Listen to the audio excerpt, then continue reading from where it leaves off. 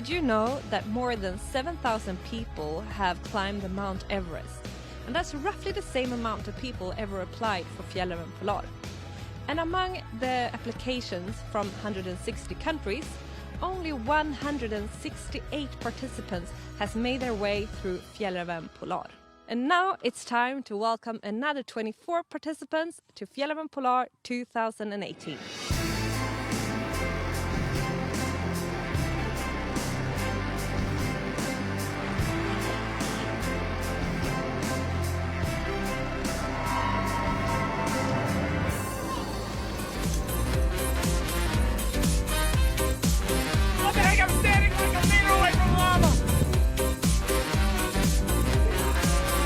I don't even know what I'm getting myself into, but I'm excited to see myself suffer in the cold, but it'll be good. It'll be really good.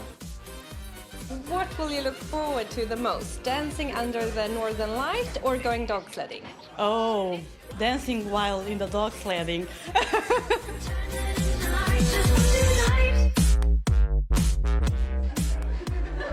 It's so exciting. Finally, the 24 participants are gathered up in our lecture room, listening to Johan Skullman, providing with all the basic fundamentals that they need to sustain this adventure. It's so exciting with all the different nationalities that we've managed to gather. We have people from 16 different countries. So I come from a place where the minimum temperature is like 25 degrees Celsius. So it's going to be more exciting to me than anyone else. To see how they're going to develop both friendship and exchange knowledge and experiences, it's going to be awesome. Here behind me, all the participants are finding out what team they're going to belong to during this journey. And also standing watching is Johan Skullman. He's been part of this event for 6 years and going on to his 7th year. Johan, as a person, what is driving you to sharing all this experience with other people? Probably the curiosity that I'm actually brought up with, that I got from my parents, from my brothers, and the environment where we were living. Perhaps I didn't realize it until I got professional in the military service, when my curiosity was slightly more structured. It is a never-ending story.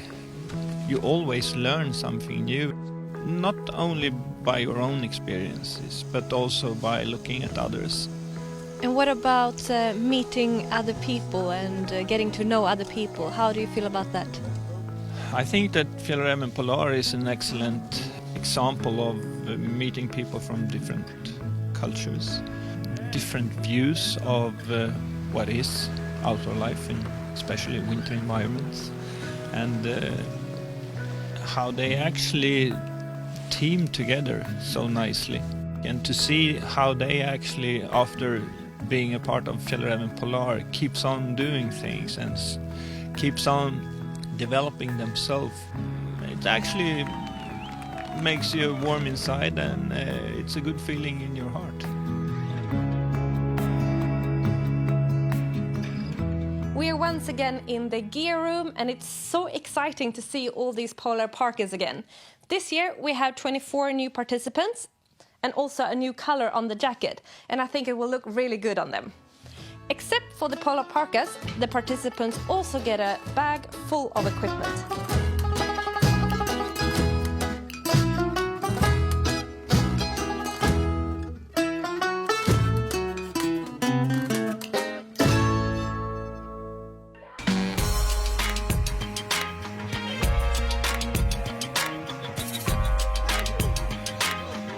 It's orange. I love orange.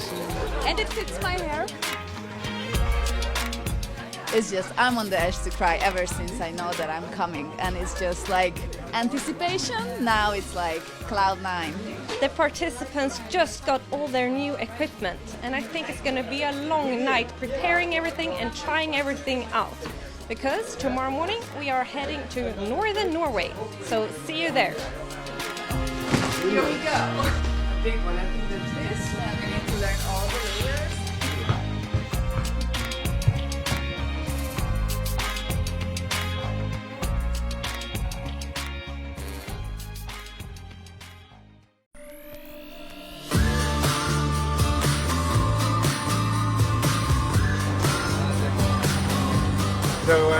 it's snowing a lot. And this is how it's been the last 2 weeks pretty much. That's when the snow started to arrive to this part of Norway this season. So we have heavy snow to push through for the coming days. Welcome to Fjallraven Polar. So I've seen this type of snow before, once when I was in Iceland, but yeah, not as much on this scale. And from the sounds of it, it looks like we're going to be pushing up quite a lot in the next few days. So yeah. I'm scared. I'm scared of what's going to happen, but it's also exciting at the same time. It is see the weather. It's snowing, heavy snowing, and I see the windy. So, and I'm a bit afraid that I will freeze. What are you most excited about?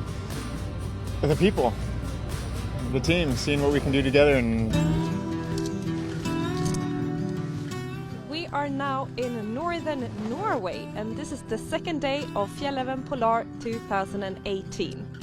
As you can see around, we are now facing the true element of the snow. And at the moment, the participants are pitching their tents for the first time. Yeah, we are like sort of struggling, but it's gonna be better. Yeah. And this is the most important thing because it's all about surviving in the nights and the extreme cold conditions. We have to be fast, we have to be efficient, we have to do it in the right way. Yeah. Get out. We are the team number 1 and we got the tent. It's already up, you know. So he said like, look at the tent and help everybody. So we're like, okay. We were checking the tent like, looks good. So it is the right position against the wind. Are you afraid of the cold? I'm used to 35 degrees Celsius. I don't know what will happen here. So I'm not afraid, but anxious and excited. Someone who knows a lot about getting cold and to handle the cold is Karna. The human body is made to function at its best at 37 degrees, and just 1 or 2 degrees below that, it's not good. Your body won't function good at all. The polar participants, they are actually in the best surrounding ever to get chilled down fast. It's cold in the air and the wind sometimes is blowing, and they are quite often wet from being sweaty from moving in those warm clothing. The body desperately wants to stay warm at 37 degrees. But if you were to study how the body reacts when getting cold, I would suggest some cold temperatures, some freezing water, and some cold wind. What do you say? Okay, yeah, sure. So, don't forget to breathe. Are you feeling all this warm blood rushing to the core of your body? Getting into the icy water is for sure really cold, but actually it is much worse to come up to the air where the temperature is even lower. And this also makes the temperature loss from the body even greater. How about coming up? Yeah, I think I'm ready for it. Come on. Oh. Now you're wet. Now you start shivering, right? Yeah. Your body is trying to raise the temperature again. Yeah. As you noticed, you lost your function in the hands really fast. And that was not mainly because of the cold, but because of the water. So let that be the lesson. Don't sweat and don't get wet.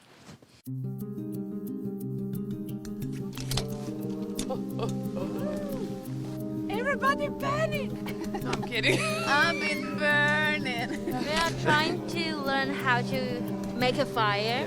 And I think the greatest thing I've learned is that you don't need to be great to start something, but you need to start learning something to be great. Probably we'll get better, yeah. It's not easy to memorize everything. It's and we're both blonde, so I have some doubt. While the participants are practicing on their stoves here behind me, this day is soon coming to its end. Tomorrow we are heading to the start and to the point of no return.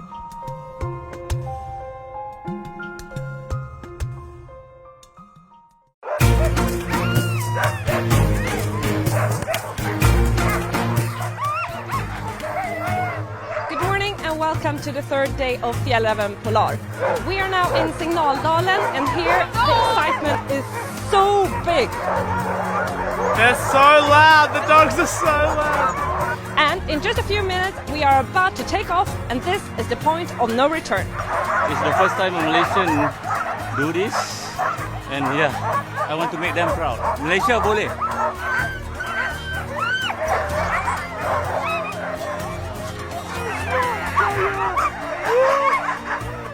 I'm full of joy, full of questions, curiosity. It's kind of, I don't know, you can't really describe it. It's something that kind of escapes me for words. So, yeah. We're almost getting there. We're super excited, the dogs are howling, and we're ready to go. Fjällräven Polar 2018 starts now!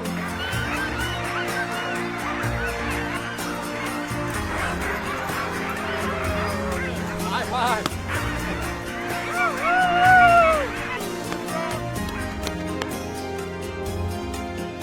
Johan, the teams just left Signaldalen.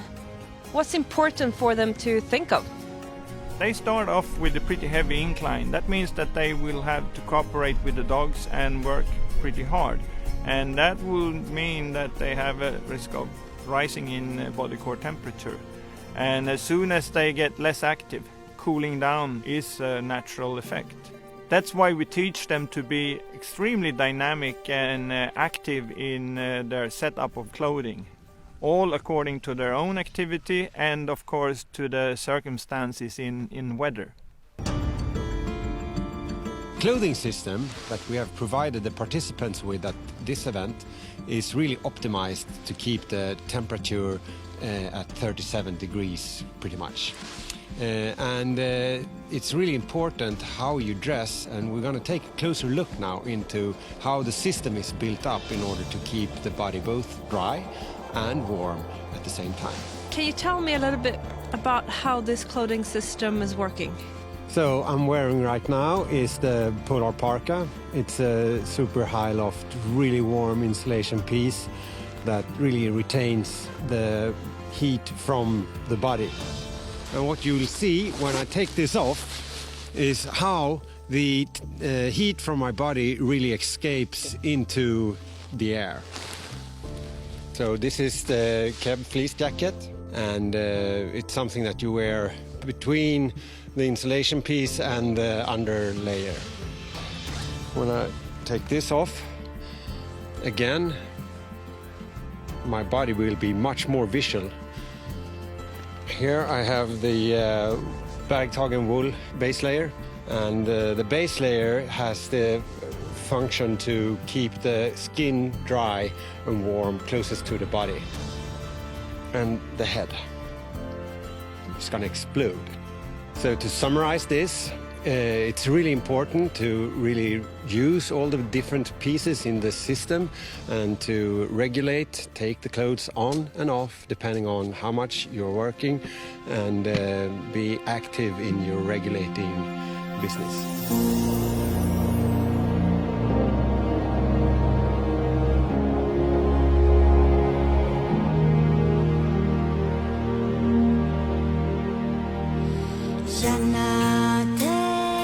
Well, I think this is closest to nature that Homo sapiens can get right now. This is a pretty dramatic change of scenery for me. I mean, where we are now is, this has to be one of the most beautiful places in the world right here. It's more work than I thought. We're definitely a team. We still have a lot of food, everything, so it takes a lot of effort to get on the hills and stuff. Well, if you connect with dogs and if you connect with this amazing nature here, it gets easier.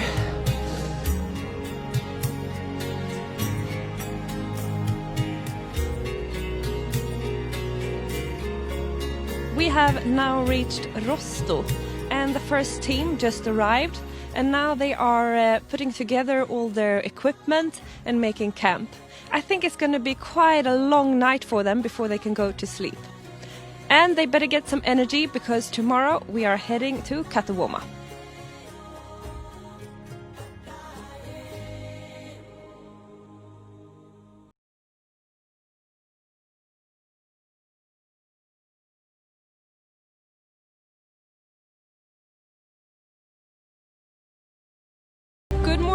welcome to Fjallraven Polar, and this is day number 4. Last night, when the participants arrived to the camp, the wind was gradually picking up, and I think this will actually continue to be a challenge and maybe a struggle also for some of the participants throughout the week. We are out here in windy terrain, and it gets even worse, and we need 4 people to pitch our tent. Yesterday there were just 2 and they were pretty enough. So yeah, but we will make it. What is the most difficult part? Well, it's to keep the tent down there and to get the poles in it. You have to pull very hard. Well, it's pretty windy, so the only way to kind of keep the tent down at the moment without pegs is bodies. So I've got a bit of a master plan, and I'm going to pitch our tent behind other people's tents to cut some of the wind out. We definitely learned a lot about each other and how we communicate from day 1, and it's a lot better today. So if you were to bring like one good thing with you for tomorrow, what would that be? A good night's sleep. Yeah, a good night's sleep maybe, yeah.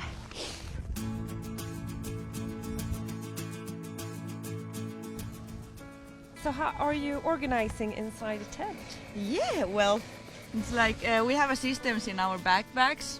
Yeah, like where we put our pants, and we are talking each other like, okay, let's put the clothes there on the top and these yellow clothes here, and you know, you can see the clothes there on the top. Yeah. Yeah, I'm sleeping on the left side, she's sleeping on the right side. This is our living room, kitchen kind of thingy. Fjällräven Polar is an ongoing process and journey for all the participants.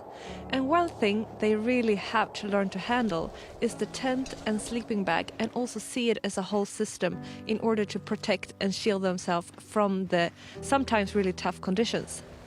Kalle, our event manager, he wants to show us how to. The body is a sensitive organism when it comes to temperature. We want to keep the temperature inside of the body at 37 degrees also when we're sleeping. That's why we construct a system to protect the body and preserve the heat. This system consists of a shelter to protect from wind and precipitation, and in this time we're using a tent, a thermal tent with an inner and an outer tent. Inside of the tent we have a sleeping mat on the ground. On top of the sleeping mat, we have the sleeping bag. And that is the most essential piece, of course, in order to preserve the heat during the night. The higher the loft of the sleeping bag, the better the sleeping bag can conserve the heat that the body produces. And it's important to remember when we're talking about getting a good night's sleep that the heat that we put down into the sleeping bag, the body heat that we have when we go into bed, is the heat that we're going to preserve. When you're out in the outdoors, there are basically 2 ways to generate heat. One way is to move your body, physical activity. The other way is to add an external heat source. A bottle with warm water that you can secure tightly and then put in the sleeping bag. It's a perfect treat to have in the tent when you wake up also. So you have warm water when you wake up.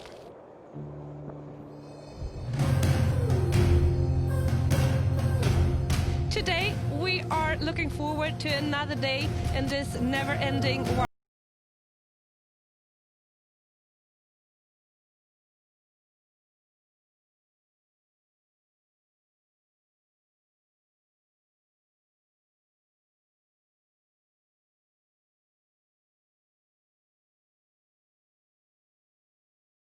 Like, woo! But after a few minutes, I was like, I had like lots of emotions came to my mind. To be honest, I cried a little bit. Yeah, I'm really enjoying it because this is not just for like excitement. It's just like we have a long way to go. I'll do my best until the end. Yeah. It's unreal. You can't describe this to anybody. You just, no amount of pictures that I share or none of the videos I watched even get me close to just what it feels like to be here. For me, it gives like mortality motivation, if you know what I mean. Just you realize how small you are and how life should be lived. I mean, I think I will never say ever again in my everyday life that I'm tired, because when you think you're tired, there's still something more that you can do, but you have to do.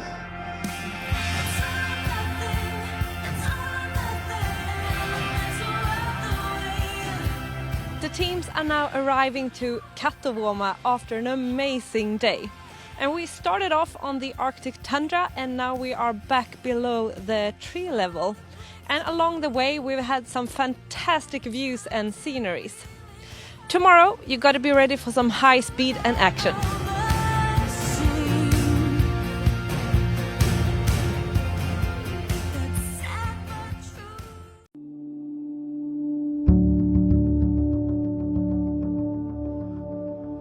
We are now on to day number 5, and as you can see the weather is crisp, clear and cold, and at the moment the teams are getting ready.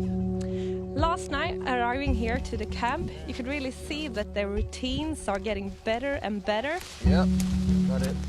Although I think they still have some bits and pieces still to learn.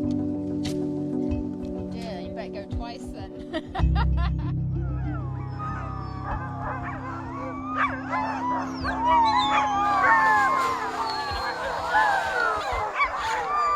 I've learnt so many skills. I've learnt that details are important. I learnt that planning ahead is important. And I've learnt that teamwork is the most important thing. I'm waiting for my master to help me with this.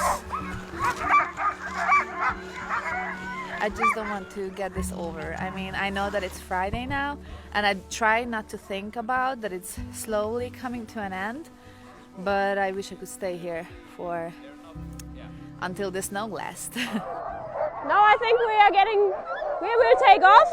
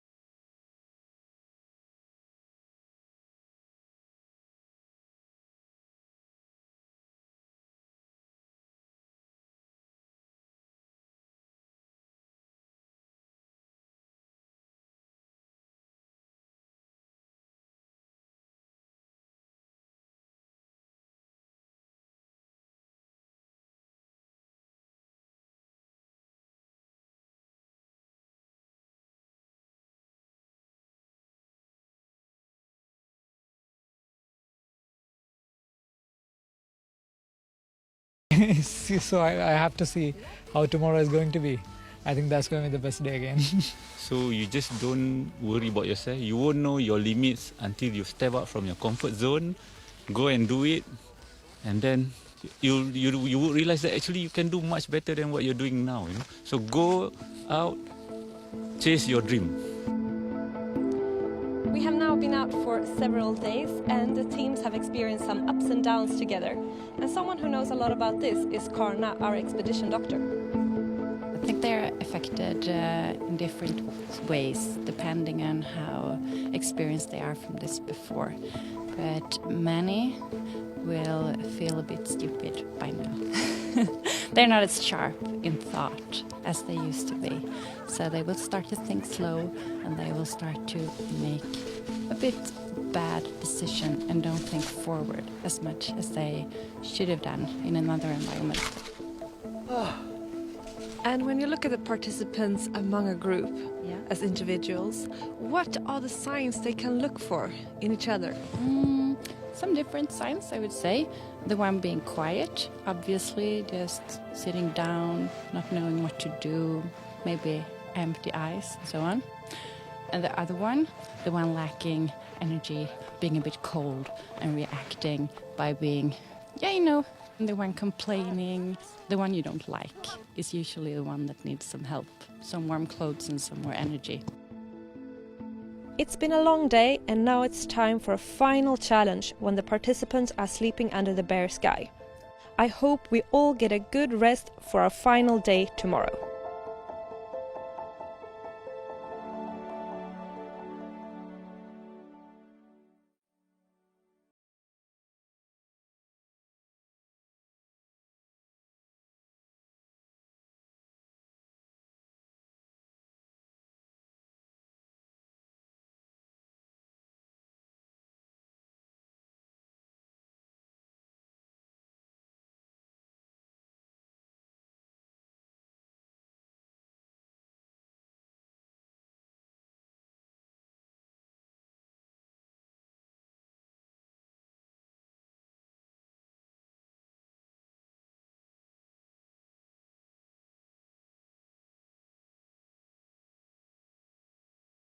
Shelter that you can create very fast just to get away from the wind. Whoa, whoa, whoa! We're building a trench where we're gonna sleep tonight.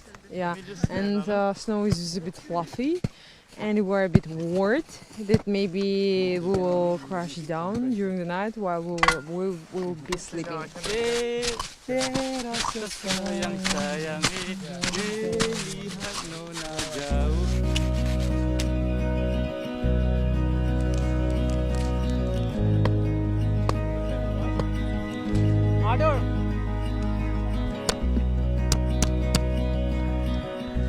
It's very good. It's meat. I eat it like every day. It's like I can't wait.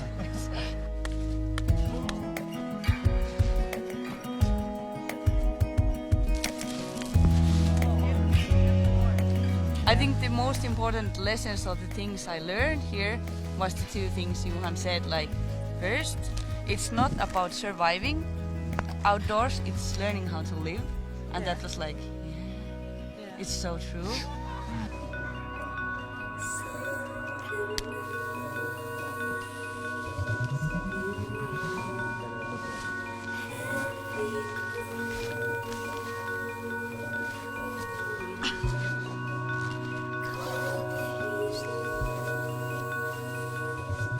This is where I feel like I'm gonna break my ankle. And I don't know if I want to sleep. I want to watch the Northern Lights. Oh, the stars! Oh my gosh!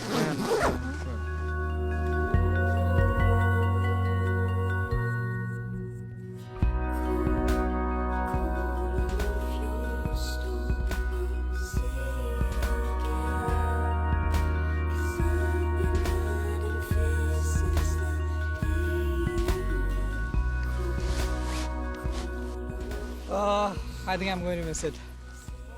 I wish if this was like a month long or something. Yeah, I'm going to miss it because I'm just starting to love it, and I wish if I could live forever like this. My best memory was trying to put fire in 15 miles wind with minus 15 in the air, and to boil water so we can survive in the environment. It was an experience I will never forget. It's the final day. Yes, everyone is raring to go. We are so excited. You see the dogs are at the press hut now. And here we go.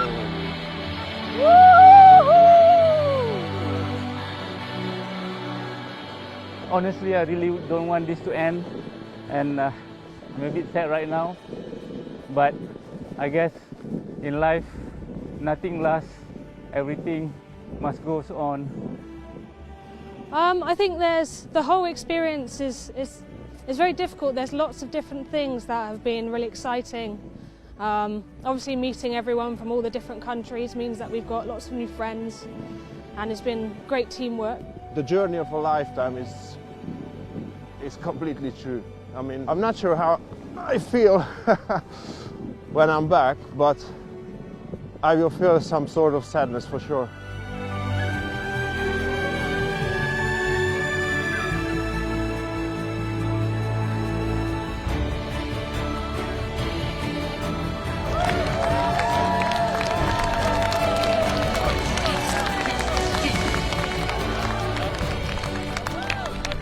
So proud to be a Malaysian right now. Malaysia boleh. I just want to cry. So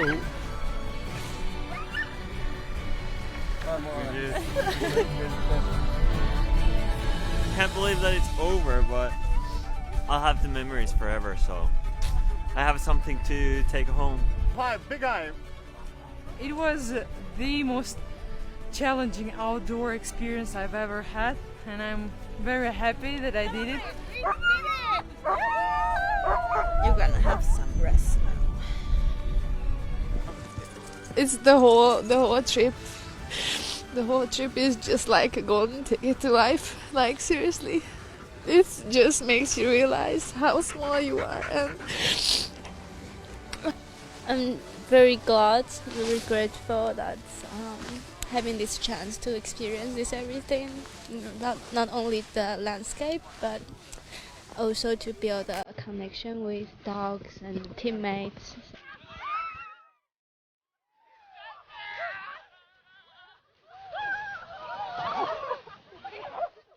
I went for the dive. I think it was good style, good form.